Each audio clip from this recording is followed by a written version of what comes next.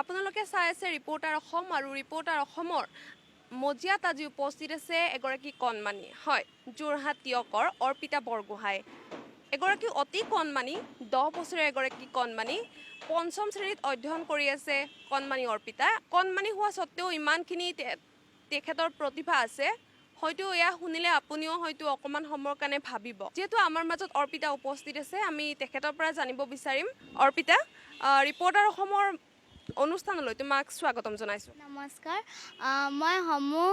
reporter অসমৰ কৰ্মকৰ্তালৈ মোৰ ফালৰ পৰা শ্ৰদ্ধা আৰু কৃতজ্ঞতা জ্ঞাপন কৰিছোঁ তুমি যেহেতু ইমানখিনি পঢ়াৰ লগতে ইমানখিনি তোমাৰ নিজৰ যিখিনি আছে সেইখিনি আগবঢ়াই লৈ গৈ আছা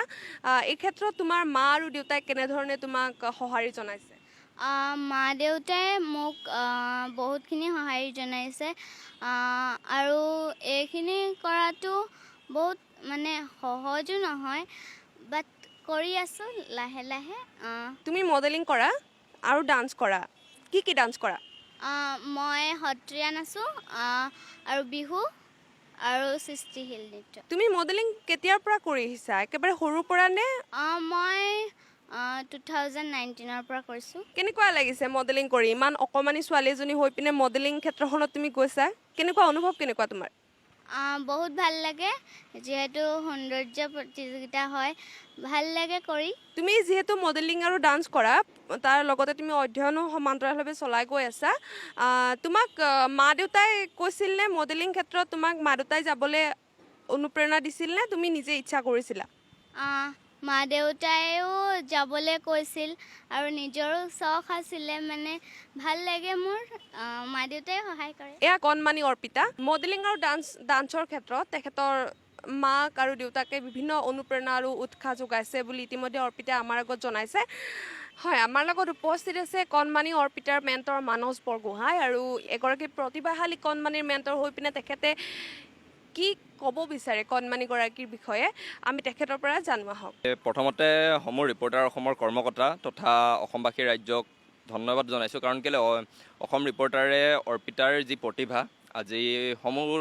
ৰাইজৰ আগত তুলি ধৰিবলৈ চেষ্টা কৰিছে প্ৰথমে মই ক'ম যে অৰ্পিতা মোক লগ পাইছিল 2019 চনত আমাৰ এটা অডিশ্যন আছিল মোৰ এটা নিজৰ শ্ব' আছে নৰ্থ ইষ্ট ষ্টাৰ আইকন তো নৰ্থ ইষ্ট ষ্টাৰ আইকনৰ অডিশ্যন আছিল 2019ত শিৱসাগৰত তো তেতিয়া অৰ্পিতা ফাৰ্ষ্ট টাইম মোৰ তাত অডিশ্যন দিব আহিছিল তো যেতিয়া অৰ্পিতা মোৰ তাত অডিশ্যন দিব আহিছিল অৰ্পিতাৰ মাকে তাইক লৈ আহিছিল আৰু তেতিয়া আমি অৰ্পিতাক অনুকৰণ কৰিলোঁ তাই যিহেতু এই মানে ইণ্ডাষ্ট্ৰিটোৰ প্ৰতি বহুত আকৰ্ষিত হয় তাই বিচাৰে মানে তাই অতি আগ্ৰহ যে কি হয় তো মোক বহুতবাৰ সুধিছিল যে এইটো কেনেকৈ কৰিব পাৰি কি কৰিব পাৰি অভিনয় জগতৰ কথা সোধে মডেলিং ইণ্ডাষ্ট্ৰিৰ কথা সোধে যে ইয়াত কেনেকৈ যাব পাৰি কি হয় তো তাইৰ লগতে তাইৰ মাকেও তাইক যথেষ্ট সহায় কৰিছে মাক দেউতাকৰ কথা ক'বই লাগিব কাৰণ দেউতাকে প্ৰত্যেকটো ক্ষেত্ৰত তাইক সহায় কৰি আহিছে আৰু মাকেও সহায় কৰিছে মাকে মোৰ লগত যোগাযোগ কৰিলে যেতিয়া তাই মোৰ চিলেক্ট হ'ল তো চিলেক্ট হোৱাৰ পাছত তাহাঁতি আমাৰ এখন কাৰ্ড দিয়া হয় চিলেক্টেড কাৰ্ড তো তেতিয়া তাহাঁতি লৈ ঘৰত গ'ল তাৰ দুদিনমানৰ পাছত মোক কৈছে যে তাই আৰু আগবাঢ়িব বিচাৰিছে তাইৰ কিবা ভুল আছে নেকি তো যিহেতু প্ৰথমতে সৰুতে শিকিছে তো ওচৰে পাঁজৰে দুটা এটা শ্ব' কৰিছিল কোনো ষ্টেট লেভেল বা নৰ্থ ইষ্ট লেভেল বা ইণ্টাৰনেশ্যনেল লেভেল কোনো শ্ব' কৰা নাছিল তো তেতিয়া মই ক'লোঁ যে এনেকুৱা এটা কথা প্ৰথমতে আপুনি এটা কাম কৰক এতিয়া বৰ্তমান অডিশ্যন চলি আছিল তো সেই মুহূৰ্তত তাইৰ লাকিলি এটা অডিশ্যন চলি আছিল কলকাতাত ইণ্ডিয়া ইউনিভাৰ্ছ ভিবিএন এণ্টাৰটেইনমেণ্টৰ তো সেই অডিশ্যনত মই এইক পঠালোঁ তো সেই অডিশ্যনতো এই চিলেক্ট হ'ল তো এইক প্ৰশিক্ষণ দি আছিল আমাৰ যোৰহাটৰে আমাৰ নৰ্থ ইষ্ট ষ্টাৰ আইকনৰ টীমৰ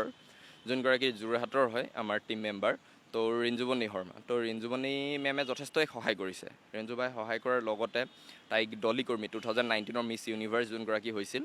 তো দলি কৰ্মীও তাইক গাইড কৰিছে লগতে তেওঁলোকৰ গাঁৱৰে শিৱসাগৰৰ এজন যুৱক আছে বিদুৰ মৰাণ তো সিও প্ৰশিক্ষণ দিছিল আৰু লগতে মই তাইক যথেষ্ট ক্ষেত্ৰত আগুৱাই নিলোঁ মোৰ ফালৰ পৰা যিমানটো পাৰোঁ তো তাইক মই আগুৱাই নিবলৈ চেষ্টা কৰিলোঁ ঠিক সেইদৰে এতিয়া বৰ্তমান তাই এটা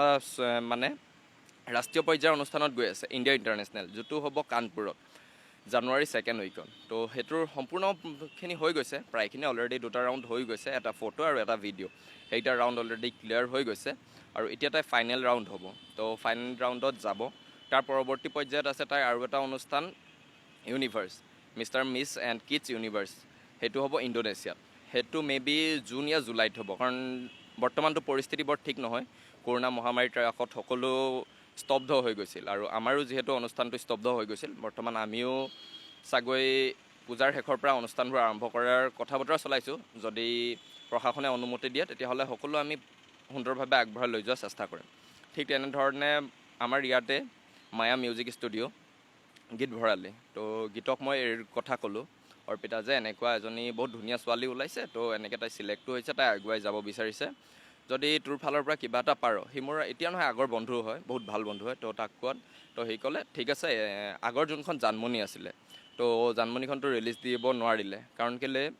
কৰোণা মহামাৰীৰ কাৰণে সেই সময়ত জাষ্ট মানে এনেই ইউটিউবতে এৰি দিয়া হ'ল কোনো মানে আমি ভালদৰে প্ৰমোশ্যন কৰা নহ'ল ঠিক এইবাৰ সেই জানমণিখনকে জোনমণি ৰূপ দিয়াৰ চেষ্টা চলাইছে তো সি ক'লে যে আমাৰ জোনমণিখনত এইবাৰ তাইক আমি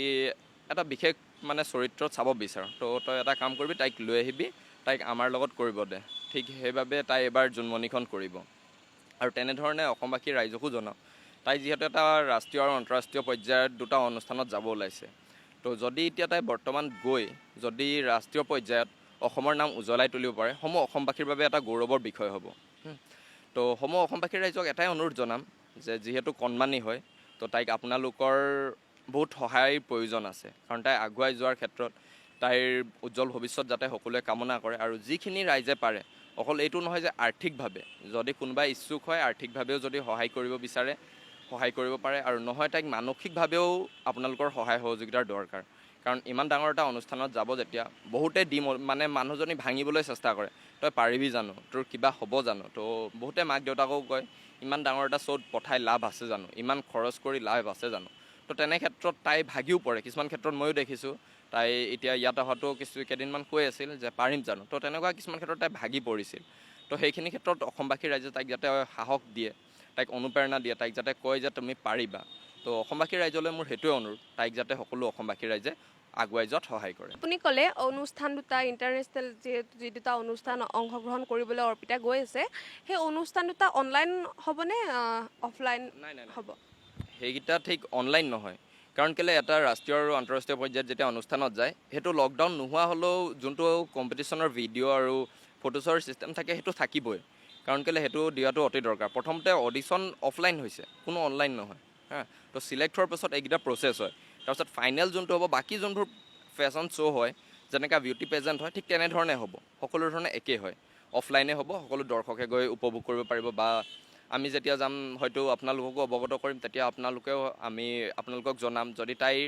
সফল হ'ব পাৰে বিজয়ী হ'ব পাৰে তেতিয়াহ'লে সকলোৱে গম পাব কেনেকৈ ধৰণে তাই কৰিছিল কি কৰিছিল সেইখিনি বিষয়ে অৱগত কৰিম তুমি অসমীয়া চিনেমা জোনমণিখনত এইবাৰ অভিনয়ত অংশগ্ৰহণ কৰিবলৈ সুবিধা পাইছা কেনেকুৱা অনুভৱ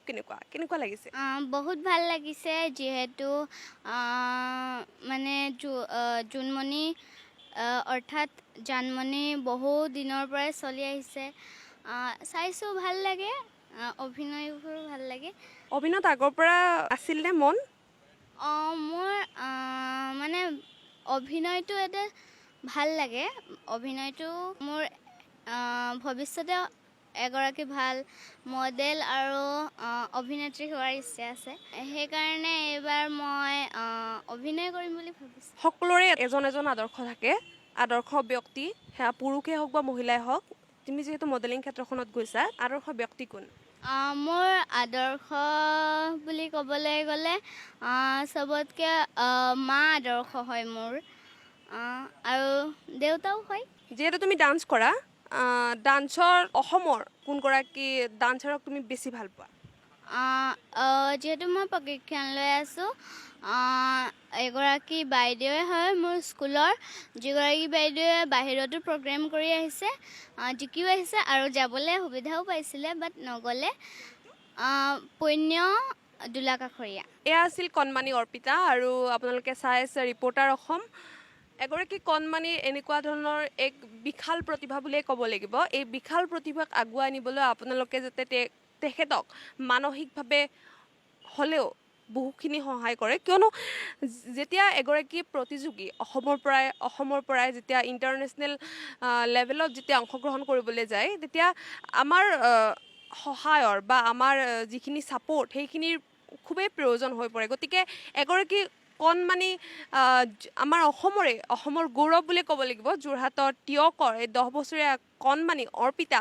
যেতিয়া ইণ্টাৰনেশ্যনেল শ্ব'ত অংশগ্ৰহণ কৰিবলৈ গৈ আছে সেয়ে আপোনালোকে সমগ্ৰ অসমবাসীয়ে যাতে